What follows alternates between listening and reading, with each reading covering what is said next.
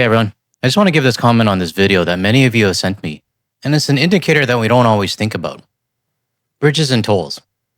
We all hear about the regular indicators like hotels, restaurants, flights, but they're usually very vague answers. I mean, they could vary depending on what news agency is reporting it. So when the community sent me this report, I thought it would be nice to actually share it with everybody, because it might give some perspective in terms of what the actual real numbers are going down. So I'll talk about this in today's video. And I'm also going to give everybody a reminder on why we're not going. I'm sure we don't need reminders, but I wanted to show it anyways.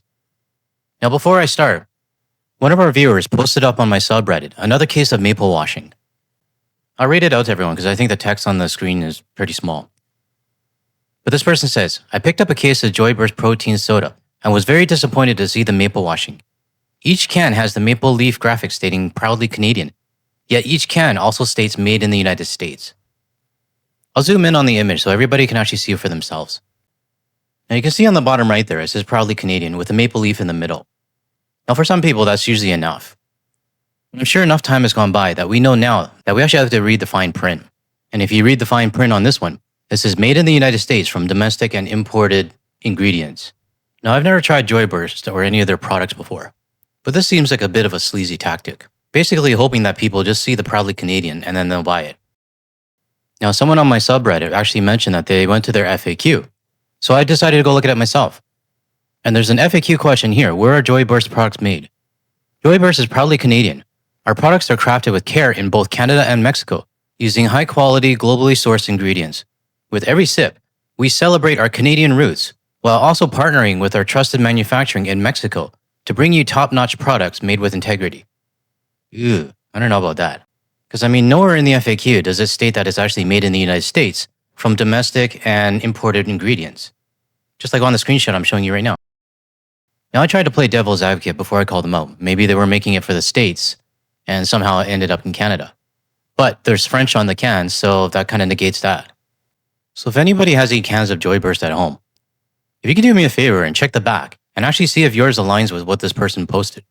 Does yours say made in Canada, or does it say made in the United States? Reach out to me if you have a can at home and let me know. Now, we actually talked about this in our Discord server, and one of our viewers from Australia actually mentioned that in Australia, this is the chart that they have when it comes to Australia-made products. I really wish Canada had this, because it would give us consumers more information in terms of determining what is Canadian, what isn't, and what percentage of it is. They even have a Packed in Australia graph that can help the consumer understand where its origin is. I hope Canada does switch to something like this in the future. It'll make things a lot easier for the consumer. Now, if anybody else notices any maple washing that's happening at their grocery stores, feel free to send it over to me. Ideally, the best way is through Discord because that's where I'm most active these days.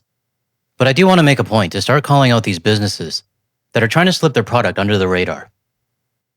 Okay, let's get to the report on the bridges and tolls. How do you gauge tourism in the Thousand Islands? Traffic on two border bridges, one near Ogdensburg, the other near Alexandria Bay. And don't forget about Bolt Castle, an icon on Hart Island in the St. Lawrence River.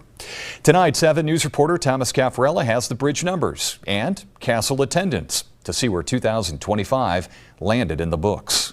The Ogdensburg Bridge and Port Authority lost nearly $1 million in bridge crossing revenue when compared to 2019. It hurts tremendously. Director of Economic Development Anthony Adamczyk says they used 2019 as a baseline when looking at bridge crossings. It was their last normal year before numbers plunged during the COVID-19 pandemic. But 2025 stats weren't much better. It is very close to pandemic traffic numbers, unfortunately. Yeah, that's unfortunate for the United States. But I think it's a great thing in Canada.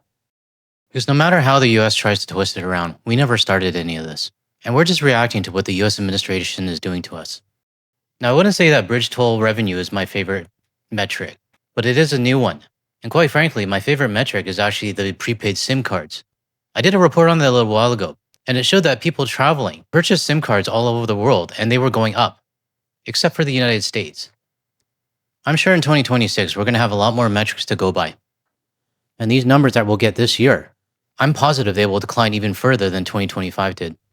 And you were talking about almost near border closure back then, so it's comparable, unfortunately. It's the result of fewer Canadians coming into the States, likely due to tariff talk, trade tensions, and other actions of the Trump administration. Other actions? What's other actions? Can't you just say 51st state rhetoric or annexation? It's been a while since I've done tourism reports because I think the media is focusing on other stuff, and tourism hasn't really been on their priority. But this shows that they're still not ready to actually admit that the 51st state rhetoric and annexation threats, not just to us, but to Greenland and to the rest of the world, is a big factor on why we're not coming. And it's also a big factor on why the toll revenue has gone down. OBPA officials say the loss of revenue is real. When you have a loss in toll revenue, that really affects the whole organization to be able to invest in projects, improvements, to really do the good things we want to do for the community. At the other major North Country border bridge, the Thousand Islands Bridge Authority says the struggles are similar. Looking at its current fiscal year, which ends February 28th, it's down at $654,000 compared to this time last year. Now I want to get the community involved in this. If you crossed over these bridges in the past, how many times per year would you go? I'm not talking about now, I'm talking about in the past. Because I want everybody reading the comments to see how many of the community members used to take these bridges, but are now refusing to go to the United States. So post your comments below and let everybody know.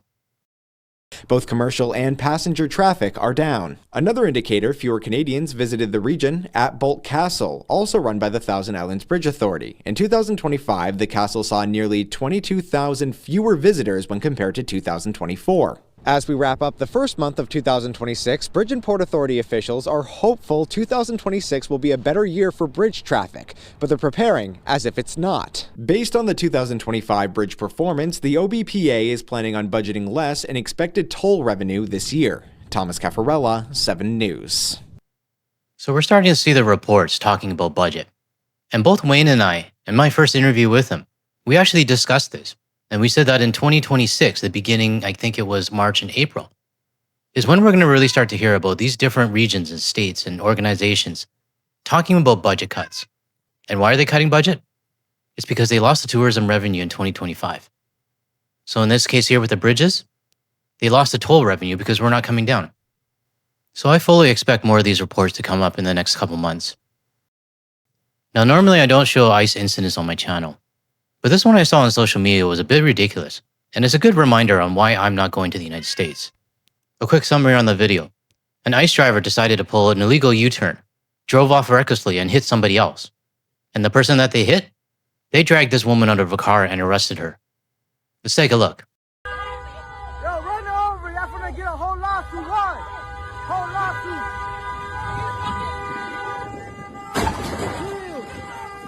Yeah. Hit and run. Hit and run. That's a hit and run. Hit and run. Hit and run. That's a hit and run. Hit and run. Hit and run. Look, hey, watch out with that weapon. That weapon. Yo, watch out. What's wrong with you? You hit it. You hit her. Yo. What's wrong? You hit her. You hit her. You guys hit her. You guys hit her. What's wrong with y'all? Y'all hit her? Y'all bust a whole U-turn in the middle of the street. Y'all hit her. Y'all on camera.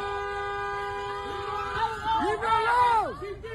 She ain't even do shit. She trying to go to work. She's trying to go to work. What the fuck? Yo, what?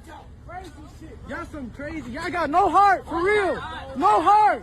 No heart. She's a There's something fundamentally wrong here when ICE pulls an illegal U-turn, hits somebody else, and the person that they hit gets arrested. So much for the land of the free.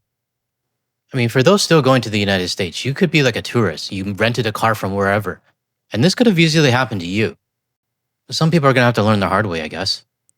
But regardless of that, as long as this shit is still going on, you can guarantee that that bridge and the toll revenue is not going to go back up. I want to thank the community members who sent me this report on the bridge, because it is a good reminder that our boycott is still making its effect, even if it's not being reported in the news. Okay, that's all I got for this video. If you found any value in anything I said today, or you want things from a Canadian perspective, or you want to hear the cat, I forgot what I was going to say. But yeah, help out the channel by hitting the like and subscribe button below. Thanks everyone. I'll see you in the next one.